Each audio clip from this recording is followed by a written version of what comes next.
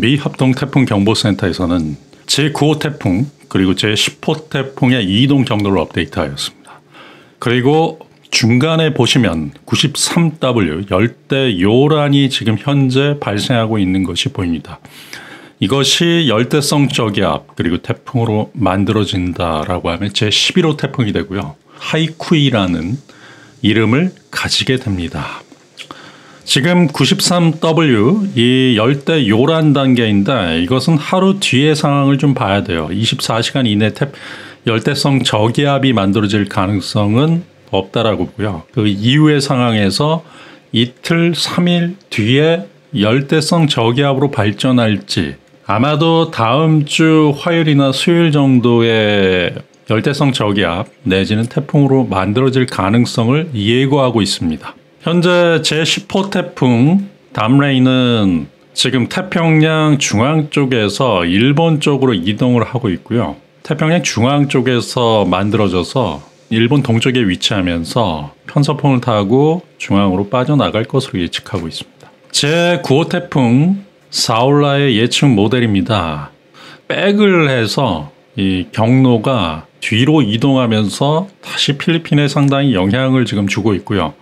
대만 쪽으로 이동하면서 무려 130노트, 65m의 가장 강력한 태풍 중에 하나일 수 있다라고 하기 때문에 65m, 초속 65m라고 하면은 우리나라에 올라온 경우가 거의 없기 때문에 역대급 태풍일 수 있습니다. 그렇기 때문에 대만 역시도 상당히 지금 긴장을 하고 있다. 대만에 상륙해도 초속 55m가 넘는 상당히 강력한 태풍의 지위를 유지할 수 있기 때문에 태풍 사울라에 대해서 매우 우려를 표하고 있다. 언론을 통해서 우려가 나오고 있는 상황이에요. 제9호 태풍 사울라는 필리핀 동쪽에 위치하면서 필리핀에 상당한 영향을 주고 있습니다. 그리고 제10호 태풍 담레이는 일본까지 도달하기도 쉽지 않은 상황이고요. 이 두 개의 태풍이 만들어지고 중간에 보시면 이 단계에서 열대 요란이 지금 발생하고 있고 오늘 내일 만들어지기보다는 다음 주 중에 열대성 저기압으로 발달할 가능성이 매우 크다라고 해서 지금 관찰을 시작하고 있습니다. 이것을 도식적으로 보면은 지금 현재 태풍 사울라 더 강렬해져서 대만 쪽으로 이동할 것으로 예측을 하고 있는데요.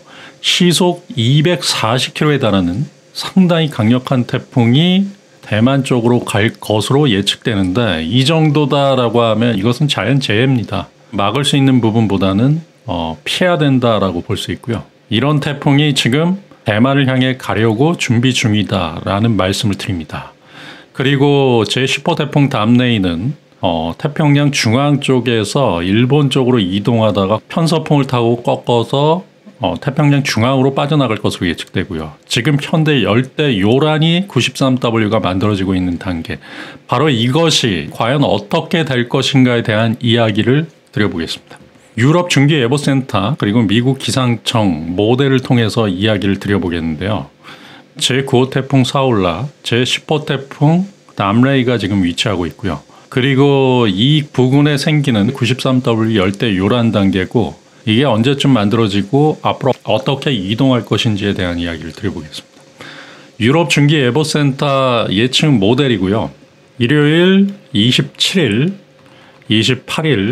28일쯤에 열대성 저기압으로 발달할 가능성을 예측하고 있습니다. 그리고 태풍은 28일 태풍 사울라는 필리핀 동쪽에 계속적으로 위치를 하면서 상당히 강력해지고 있고요. 그리고 제10호 태풍은 일본 동쪽까지 올라올 것으로 예측됩니다. 빠르게 올라간다라고 하면 이 태풍은 우리나라 쪽으로 올 수도 있는 부분들인데 이게 만들어진다라고 했을 때 그런데 이 태풍이 계속적으로 필리핀 동쪽에 위치하면서 이 두 태풍의 거리가 1000km에서 1500km 정도 위치한다라고 하면 서로 밀어내는 효과, 태풍은 반시계 방향으로 돌기 때문에 서로 밀어내는 효과에 의해서 이 태풍은 더 서쪽으로 이동하고요. 이 태풍은 북동쪽으로 이동하는 그러니까 그런 상황이 나타날 수 있기 때문에 이것을 후지와라 효과라고 하는데요. 이런 상황이 나타날 가능성을 지금 예측하고 있어요. 이렇다라고 했을 때가 우리나라 입장에서 가장 좋은 거고 일본 입장에서는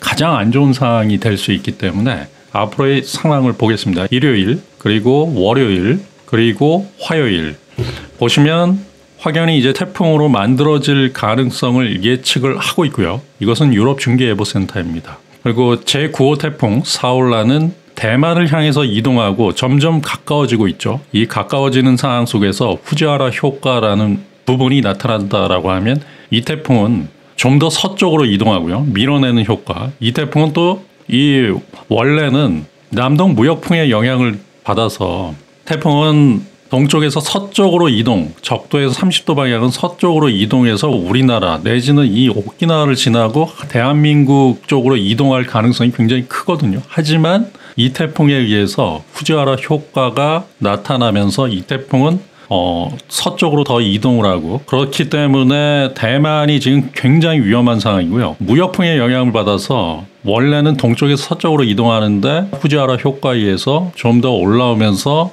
일본 쪽으로 꺾어질 가능성이 있다라고 볼 수 있습니다. 만약 이런 상황이 나타난다라고 하면 30일 그리고 31일 보시면 이 태풍은 원래는 이렇게 돌아야 되는데 이 태풍 하나 더 만들어진 제11호 태풍에 의해서 대만이 강력한 영향권, 대만을 그대로 칠 수 있고요. 중국 본토로 들어갈 수 있는 상황들이 나타나고요. 이 태풍이 오히려 두 개의 후지와라 효과에 의해서 이쪽은 서쪽으로 이동하고 이쪽은 동쪽으로 이동하는 그러한 상황이 나타날 가능성을 예측하고 있습니다. 태풍은 이렇게 대만을 강하게 치고 그러면서 이 태풍은 오히려 동쪽으로 이동하죠. 일본이 가장 강력한 영향권이 될 것으로 예측되고요.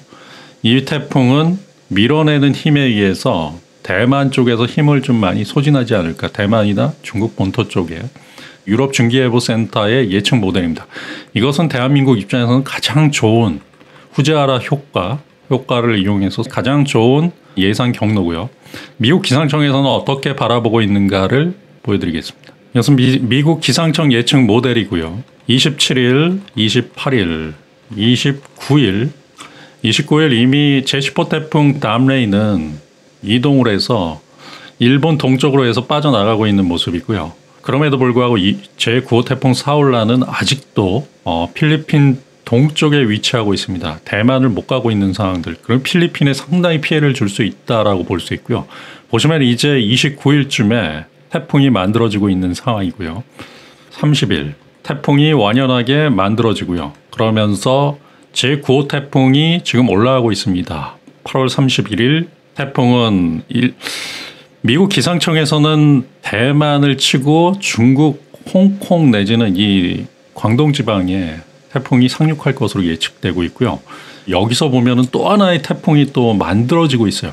이 태풍이 만약에 만들어진다, 제12호 태풍이 만들어진다라고 할 때 8월 30일쯤에 그러면 이 태풍 역시도 이쪽으로 더 이동하기 때문에 우리나라 쪽에 이동할 가능성을 예측하고 있습니다. 지금 미국 기상청에서 바라보는 바는 태풍이 또 만들어질 수 있기 때문에 두 개 사이에서는 이것은 좀 더 서쪽으로 이동하고 이것은 동쪽으로 이동할 수 있는데 여기서 또 하나의 변수가 생깁니다.